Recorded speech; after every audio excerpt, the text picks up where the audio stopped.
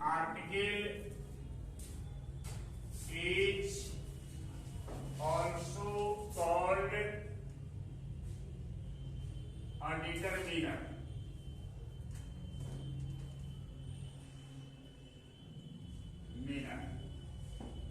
That is का मतलब अर्थात होता है. That is क्या होता है? अर्थात. That is it comes before a noun and determines its position in a sentence. यानी आर्टिकल जो होता है एक प्रकार का डिटरमिनर होता है. आर्टिकल को हम डिटरमिनर भी कहते हैं और यह किसी सेंटेंस में किसी नाउन के पहले आता है और उस नाउन की पोजीशन को उस सेंटेंस में बताता है. और इस प्रकार से आर्टिकल दो प्रकार का होता है. Article is of two kinds. पहला नंबर क्या है? तो पहला नंबर में आपका इंडेफिनिट आर्टिकल आएगा. Indefinite article. और दूसरा नंबर में आएगा definite article.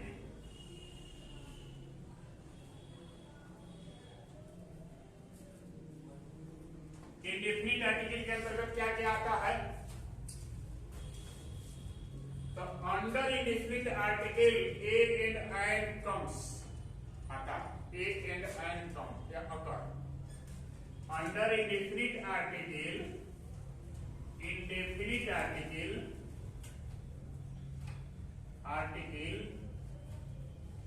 A and an occur.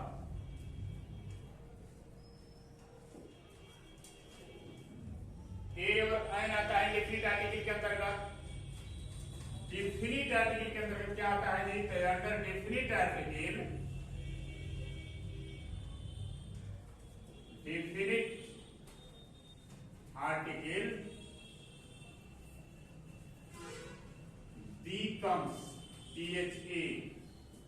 B comes यानी द आता है. डेफिनिट आर्टिकल के अंतर्गत क्या आता है? तो द आता है. डेफिनिट आर्टिकल के अंतर्गत ए एंड एन आता है और डेफिनिट आर्टिकल के अंतर्गत दी आता है. अब हम देखेंगे सेंटेंस में इंडेफिनिट आर्टिकल का प्रयोग और डेफिनिट आर्टिकल का प्रयोग. पहले सुनेंगे इंडेफिनिट आर्टिकल का प्रयोग हम कैसे करते हैं और डेफिनिट आर्टिकल का प्रयोग कैसे करते हैं. तो we know that it comes before a consonant sound.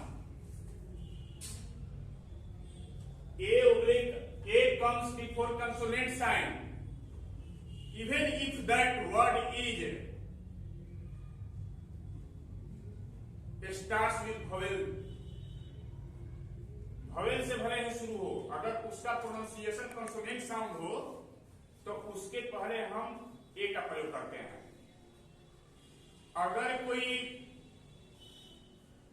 Word जिसका फर्स्ट लेटर भवेल से शुरू हो और वो भवेल से हम प्रोड्यूस भी करता हो तो उसके पहले हम एन लगाएंगे. अगर भवेल से शुरू हो से वर्ड और उसका first letter consonant sound produce करे तो उसके पहले ए लगेगा. ये ध्यान देना है. Use of a oblique an. A comes before that word or that noun whose first letter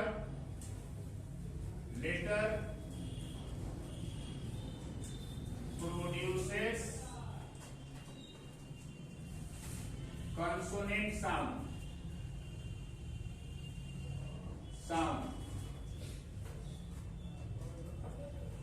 comes before that noun whose first letter produces consonant sound. माने वैसा noun जिसका first letter consonant sound produce करता है, उसके पहले हम ए का प्रयोग करेंगे। अब ये हम देखते हैं कुछ ऐसे वर्ड्स हैं जिसका फर्स्ट लेटर वोवेल से स्टार्ट होता है, फिर भी उसके पहले हम ए लिखते हैं। ऐसा इसलिए होता है कि उसका फर्स्ट लेटर प्रोड्यूस करता है कंसोनेंट साउंड, भले ही वो वोवेल रहता है। जैसे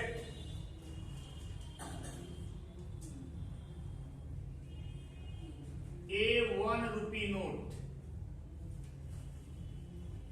रुपी नोट एग्जाम्पल है। देखते हैं कि ओ वोवेल है, लेकिन इसका प्रोनाउंसिएशन कंसोनेंट की तरह का है। वन हम लिखते हैं, वो वन, तो भी से वो होता है ना जी, भी से होता है, भी कंसोनेंट है, तो इसका प्रोनाउंसिएशन कंसोनेंट की तरह है।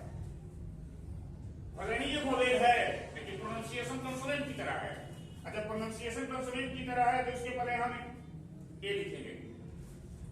जैसे ए यूनिवर्सिटी, सिटी।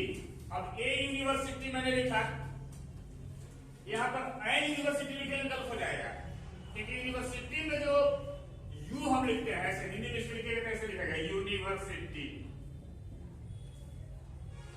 इसका प्रोनाउंसिएशन वाइस हो रहा है, पर वाइस से है।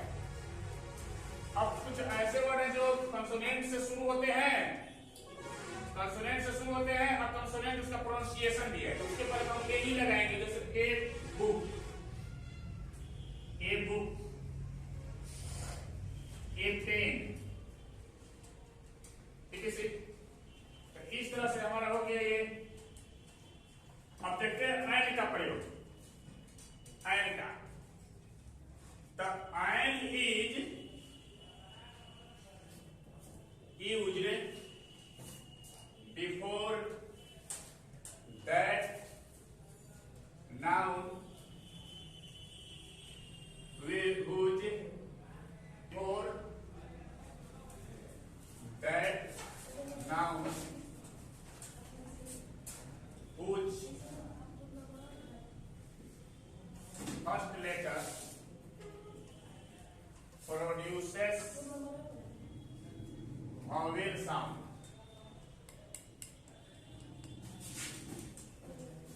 माने वैसे नाउन जिसका first letter vowel sound produce करे, उसके पहले हम लिखेंगे। अब वो वर्ड वोवेल से स्टार्ट हो रहा है या कंसोनेंट से स्टार्ट हो रहा है, उससे मतलब नहीं है। उसका हम देखेंगे कि फर्स्ट लेटर कैसे साउंड प्रोड्यूस कर रहा है। अगर वोवेल साउंड प्रोड्यूस कर रहा है तो उसके पहले हम एन लिखेंगे। जैसे एग्जाम्पल, एन अम्ब्रेला। अम्ब्रेला में हम देखते हैं कि फर्स्ट लेटर अम्ब्रेला यू जो है वोवेल साउंड प्रोड्यूस कर रहा है, वोवेल है भी और वोवेल साउंड भी प्रोड्यूस कर रहा है।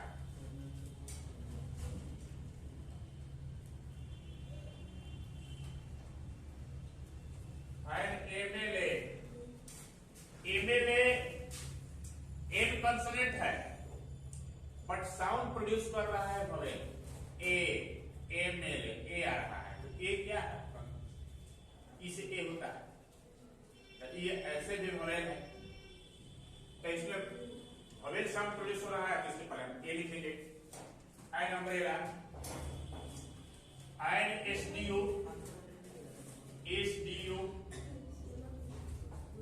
एन एलिफेंट,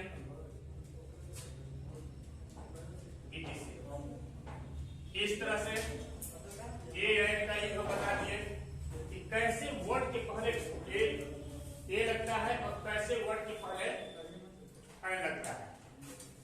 तो A is used before that word which first letter produces consonant sounds, while n is used before that words whose first letter produces vowel sound.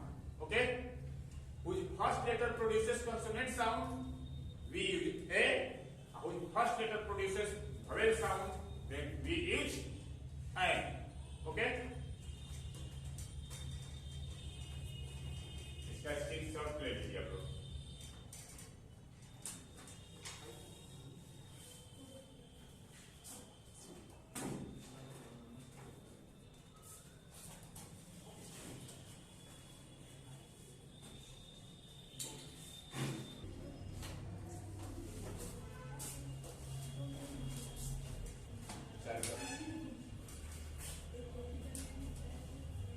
यदि if a common noun comes in a sentence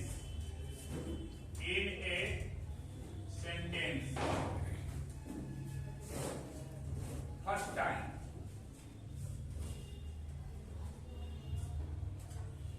we use indefinite article before it.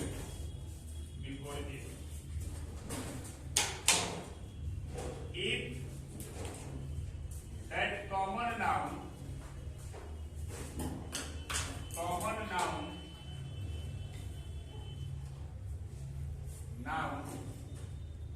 is repeated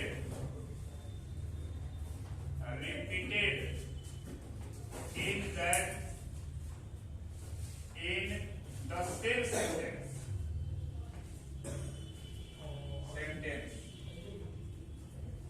we use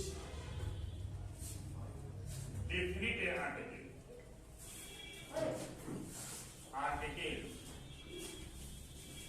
before it। यानी किसी sentence में यदि कोई common noun पहली बार आता है तो उसके पहले हम इंडेफिनिट आर्टिकल यानी ए या एन का प्रयोग करते हैं। यदि उसी सेंटेंस में वही कॉमन नाउन फिर से रिपीट होता है तो उसके पहले हम डेफिनिट आर्टिकल का प्रयोग करेंगे। कैसे हम एग्जांपल में देखते हैं। There was a farmer, example देखते हैं। There was a farmer and the farmer had 4 sons। एक किसान था और किसान के 4 बेटे थे। तो देखिए इस सेंटेंस में पहले फार्मर आया है कॉमन नाउन और इस कॉमन नाउन के पहले डिफिनिट आर्टिकल आया है ए और फिर उसी फार्मर का उसी सेंटेंस में रिपीट किया गया है एंड फार्मर द फार्मर, तो उसके पहले डिफिनिट आर्टिकल अप्लाई किया गया है। तो कोई सेंटेंस दिया हो और उस सेंटेंस में कोई कॉमन नाउन है जिसके पहले इंडेफिनिट आर्टिकल का प्रयोग किया जाता है और उसी कॉमन नाउन का प्रयोग फिर उसी सेंटेंस में रिपीट किया गया हो बाद में, तो उसके पहले हम डेफिनिट आर्टिकल यानी द का प्रयोग करते हैं। तो ये हो गया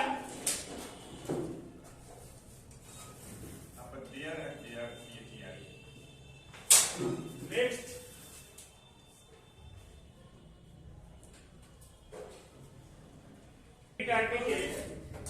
Indefinite article is used before a common noun when we say the nature of that common noun।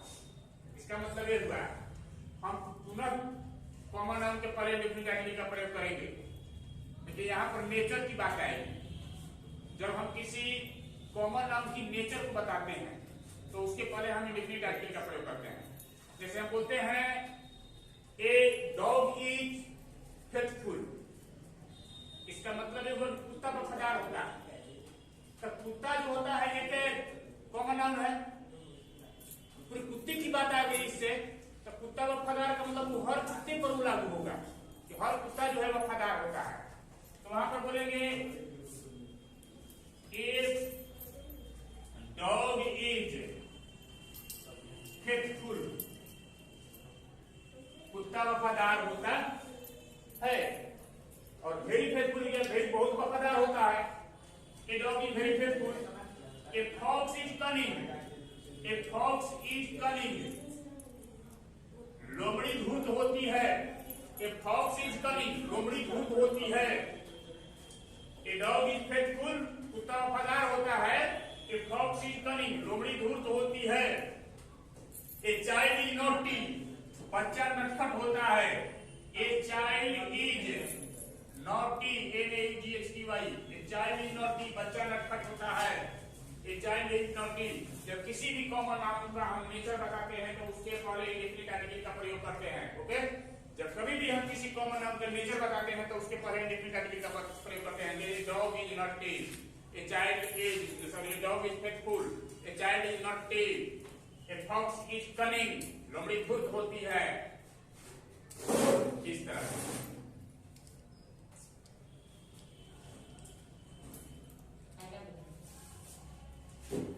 Next चीज देखते हैं।